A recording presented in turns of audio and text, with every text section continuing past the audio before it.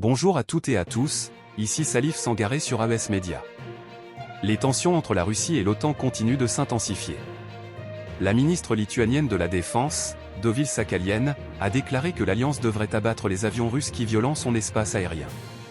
Une déclaration qui fait écho à l'incident de 2015, lorsque la Turquie avait abattu un bombardier russe.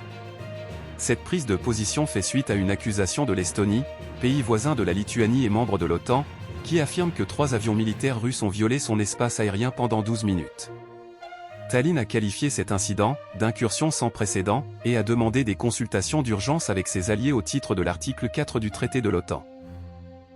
De son côté, Moscou a nié les accusations, affirmant que ses appareils survolaient les eaux neutres de la mer Baltique, à plus de 3 km de l'île estonienne de Vinloo, et qu'ils n'avaient en aucun cas pénétré l'espace aérien estonien.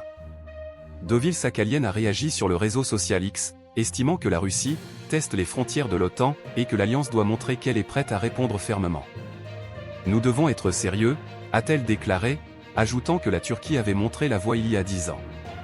Elle faisait référence à l'incident de novembre 2015, lorsque l'armée de l'air turque avait abattu un bombardier russe sur 24 participants à une mission antiterroriste en Syrie. Cet événement avait déclenché une grave crise diplomatique entre Ankara et Moscou, suivie de sanctions économiques russes, avant qu'un rapprochement n'intervienne quelques années plus tard.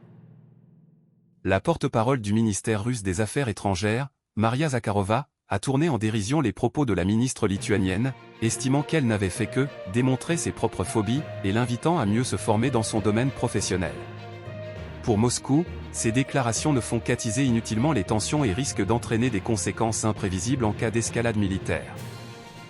Les incidents aériens entre la Russie et les pays de l'OTAN se sont multipliés ces derniers mois, notamment en Pologne et dans les pays baltes.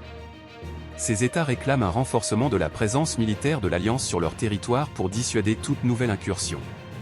L'appel de la Lituanie à abattre les avions russes illustre la nervosité croissante des pays frontaliers de la Russie.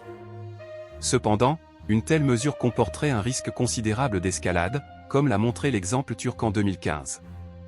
Conclusion au 30 sec. L'incident aérien au-dessus de la Baltique, et les déclarations qui l'ont suivi, rappellent que la région est aujourd'hui l'un des points les plus sensibles dans les relations entre Moscou et l'OTAN.